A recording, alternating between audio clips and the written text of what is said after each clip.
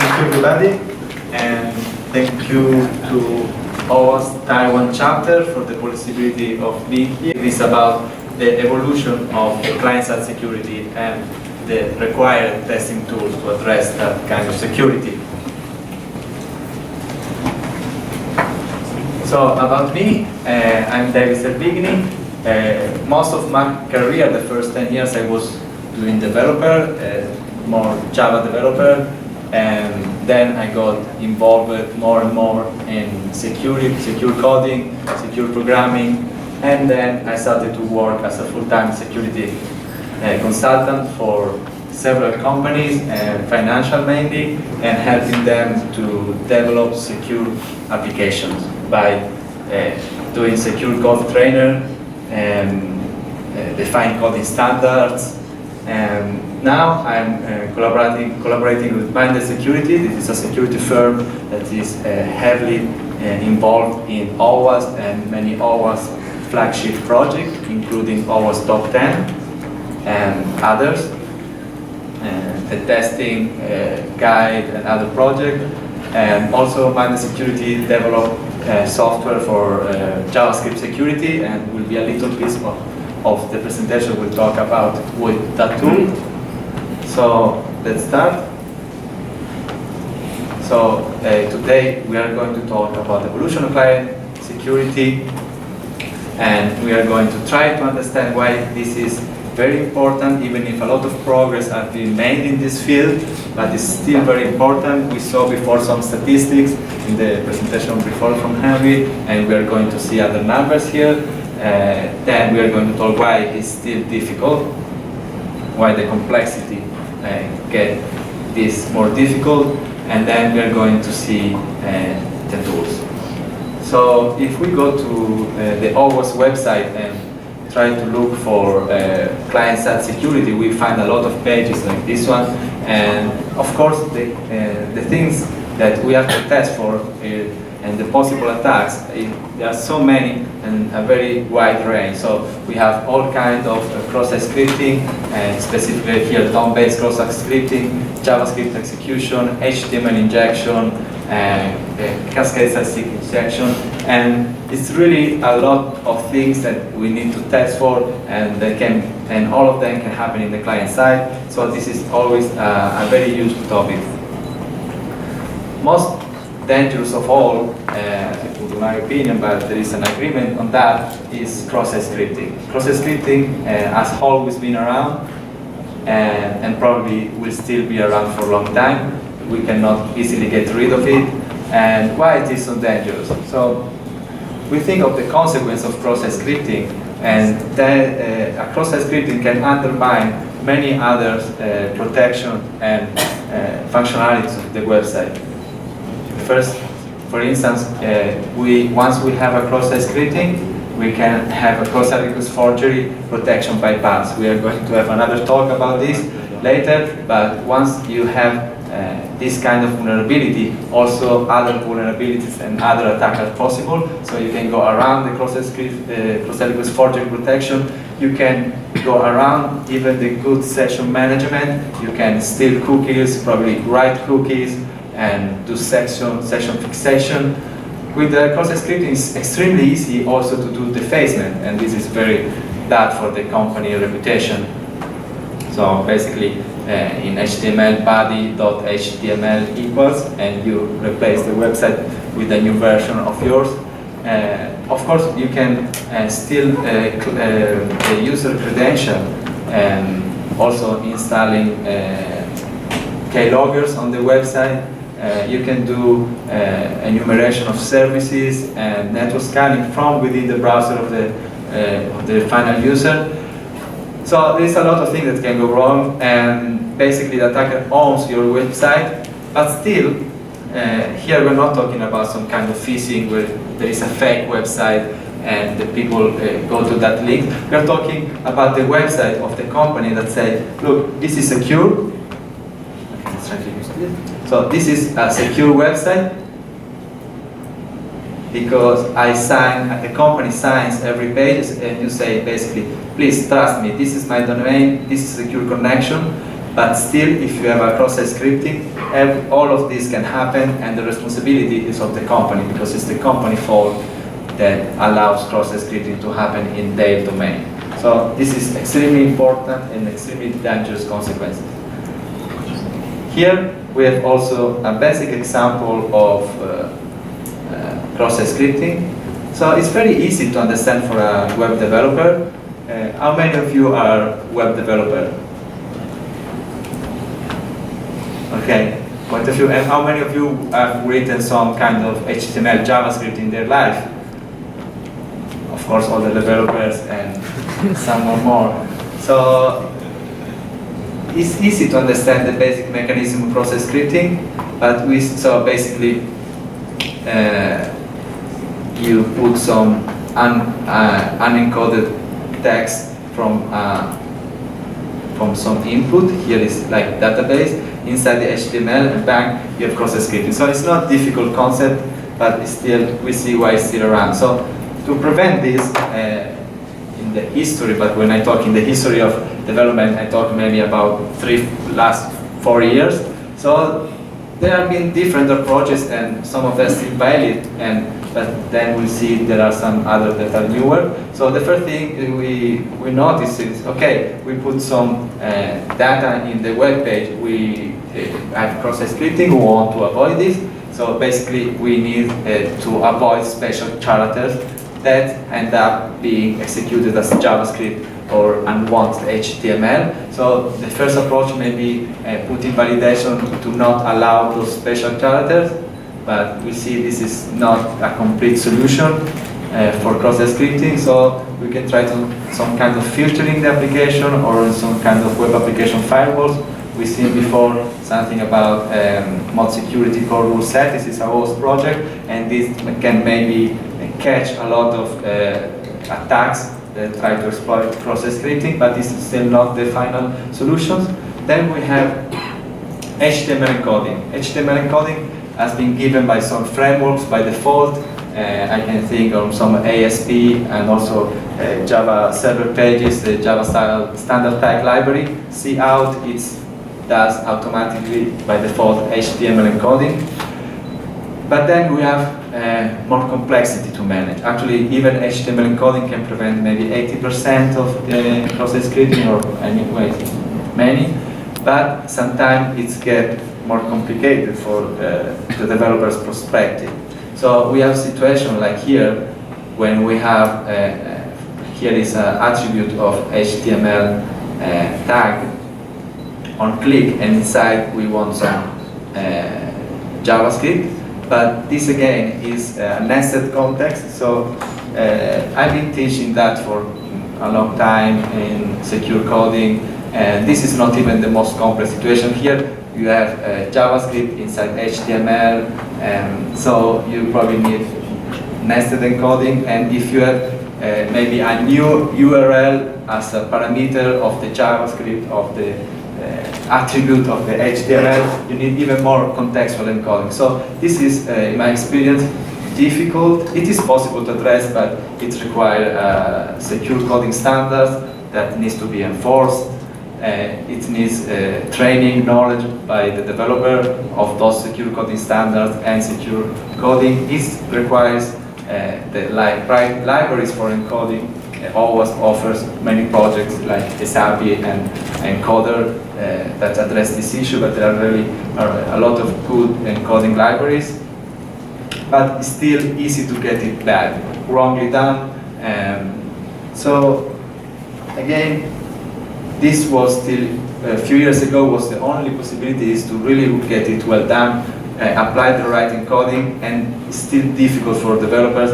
They can get confused with nested encoding and requirements of encoding. We see that has been an evolution in the frameworks for creating rich client application. We have JavaScript frameworks that create a presentation all on the DOM side. And we have this feature that is called contextual encoding in templates.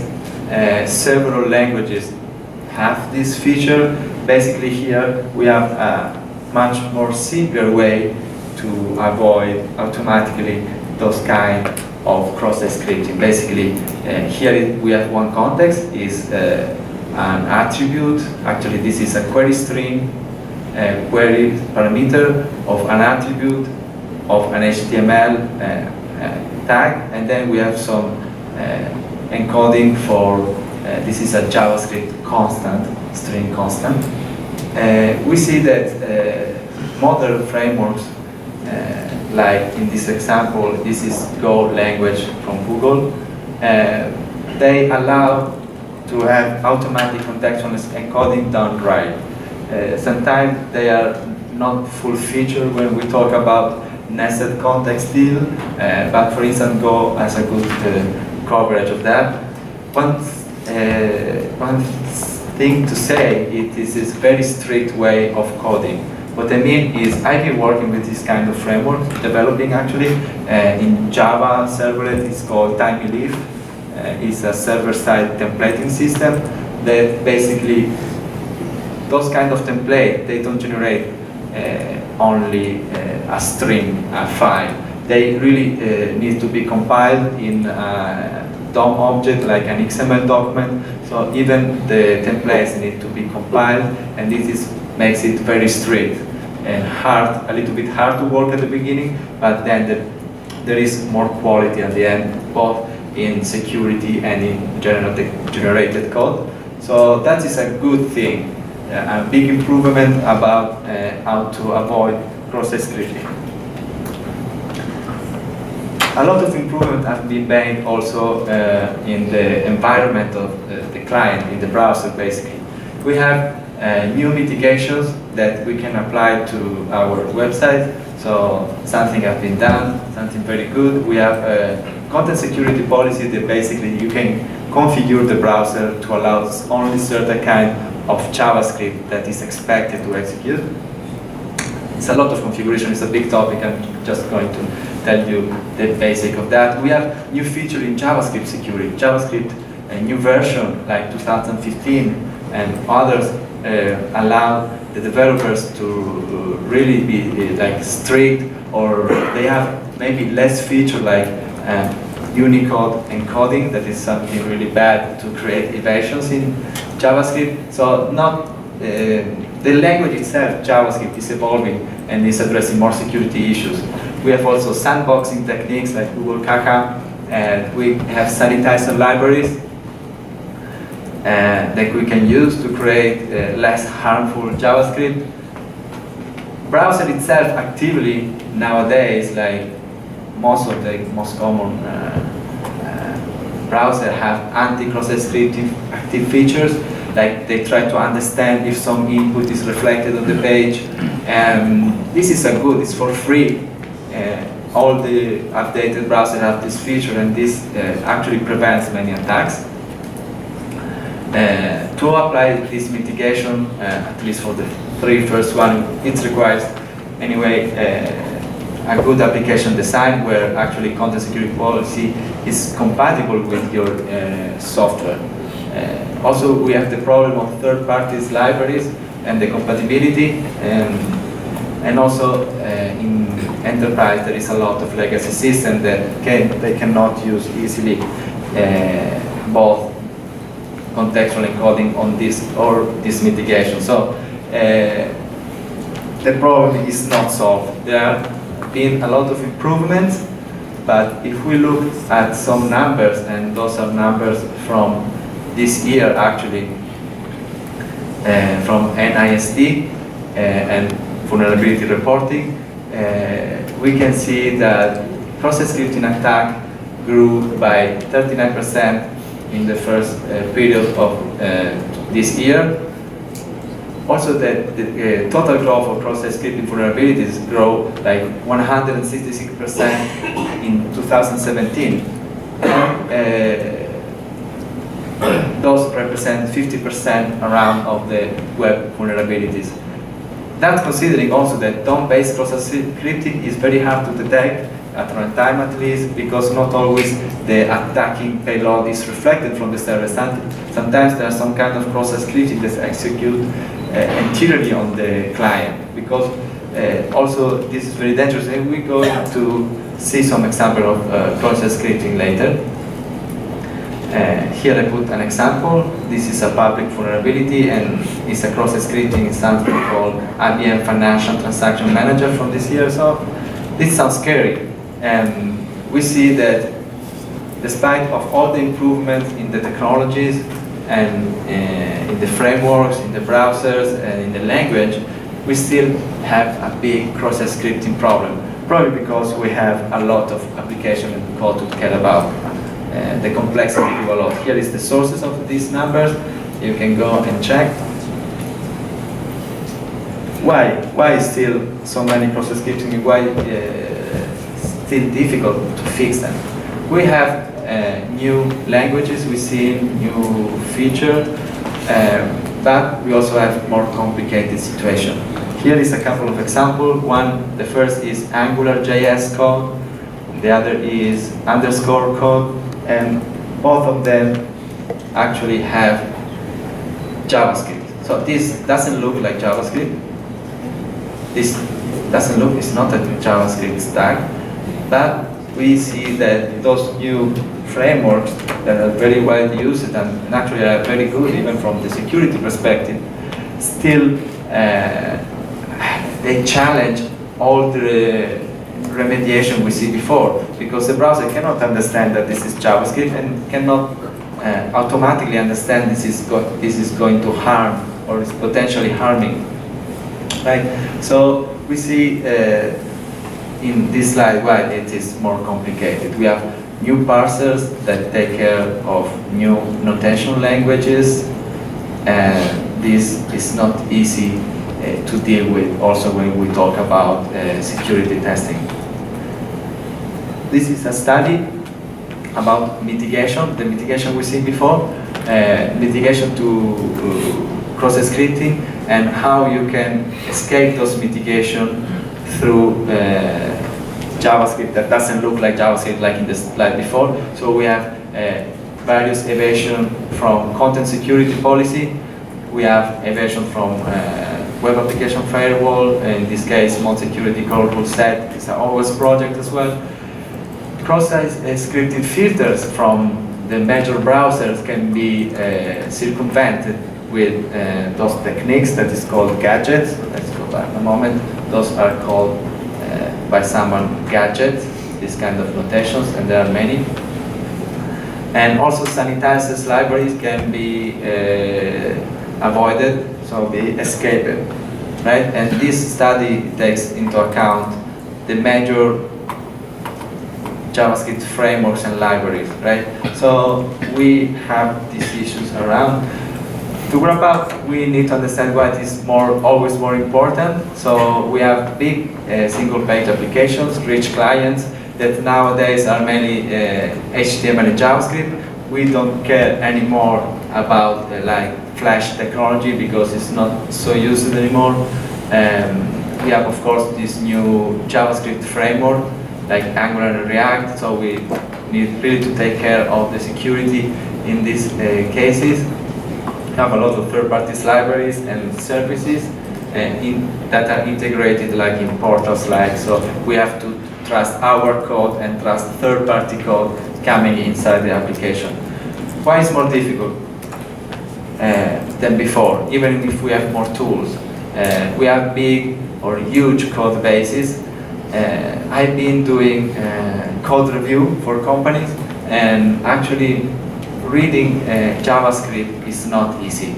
It's not always well structured, sometimes it's obfuscated, and there's a lot of code generated by those frameworks. So manual code review is something technically possible, but really difficult, at least for me, to deal with this kind of code. As well, of course, developing quality assurance for JavaScript is difficult and easy to get wrong with that. Another approach is to have automatic tool. We'll see later.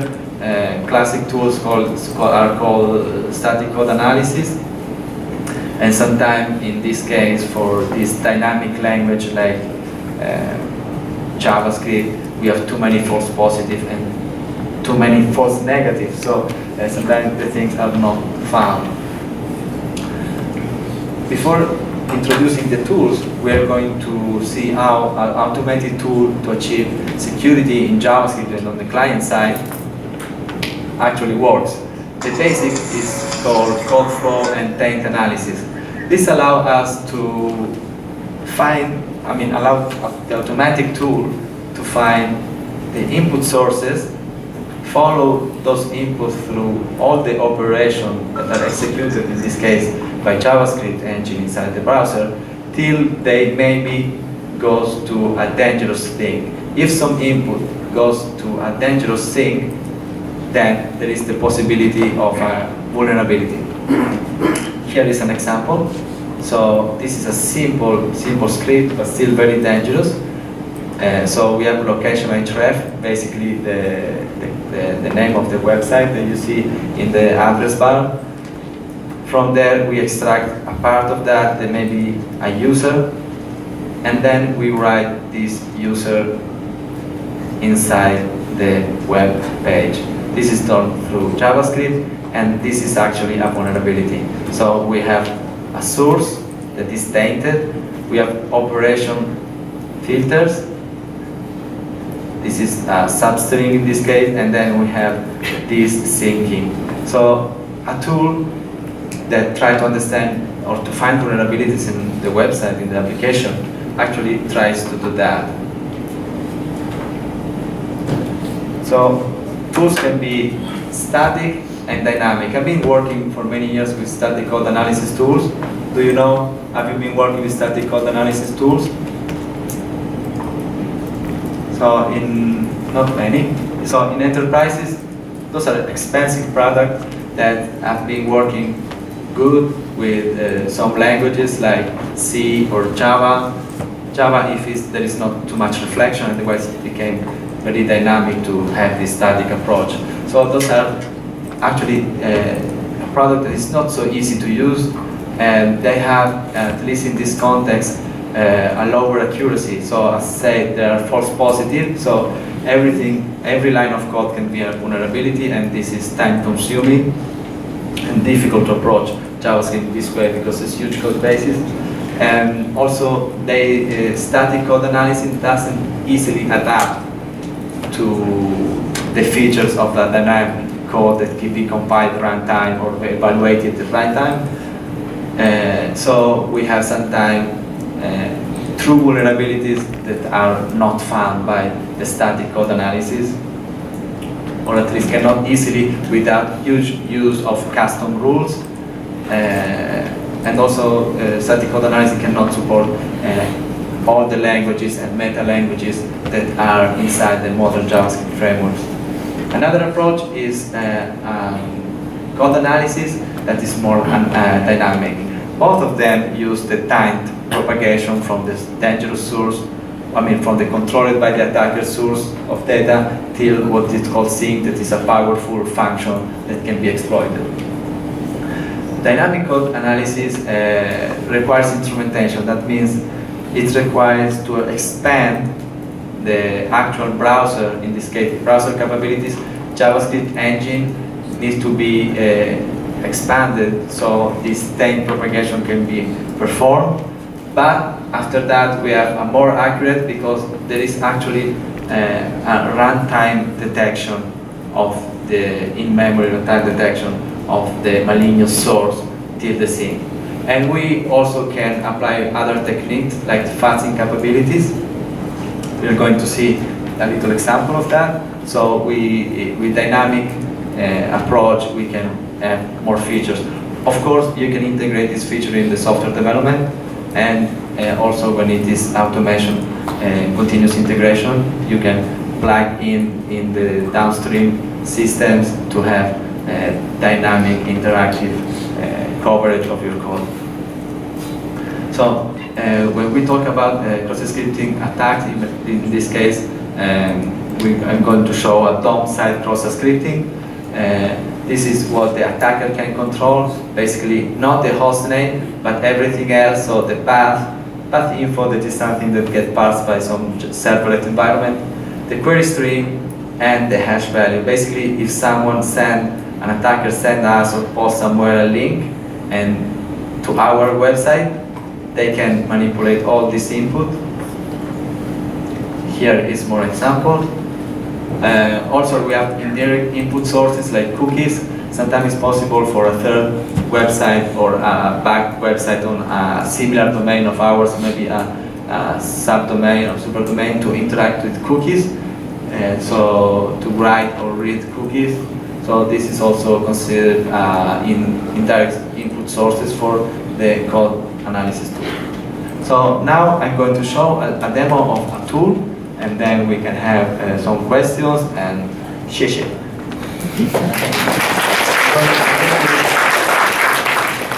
To show you a demo of the tool.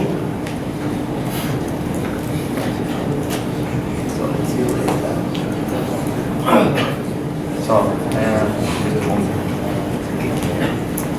So the tool I'm going to show is basically a version of Chrome.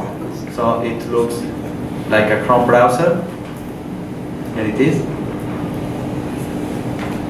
And with that, you can navigate to the website you want to check, and automatically it will pop up with the vulnerabilities that it finds.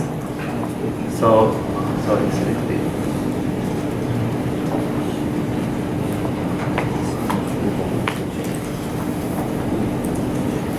So let's see one example. So this is an example, and you cannot see, but I got 2 notifications of vulnerability. I'm going to show you. Okay, it says this is. I'm going to show. So this is the website. I visited the web page, and it said, okay, I found HTML injection. But let's go actually look at what went on here.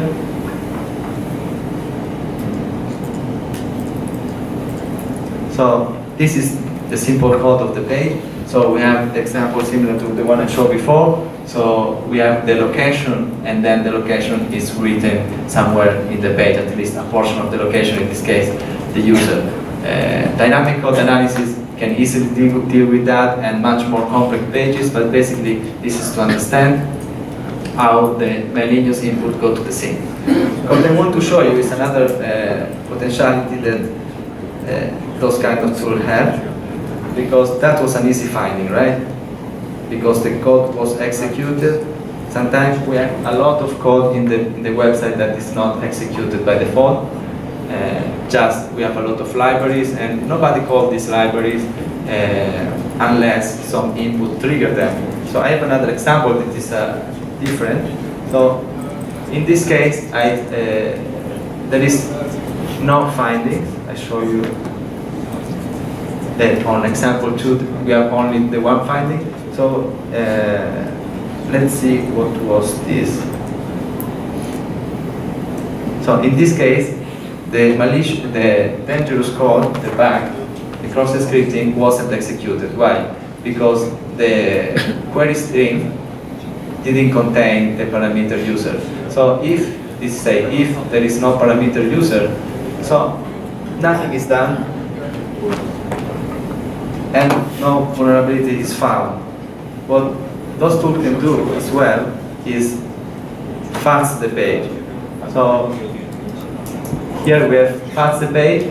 This will analyze the website, try to find all the keywords, all the variables names inside the JavaScript, and pass them as a parameters, by the way, and try to do other things. So let's try to fast the page.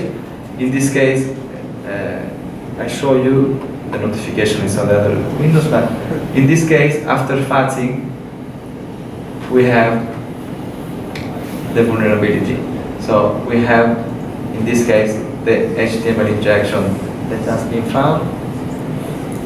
Okay, better. So we see the sink, the source, location, href, and the sink that is document right. And this time, so the dynamic tool can help us to check security also in this more dynamic language and have these fuzzy capabilities. So this is just to have a fast view of dynamic code analysis. Thank you. If you have any question, I'm here to answer.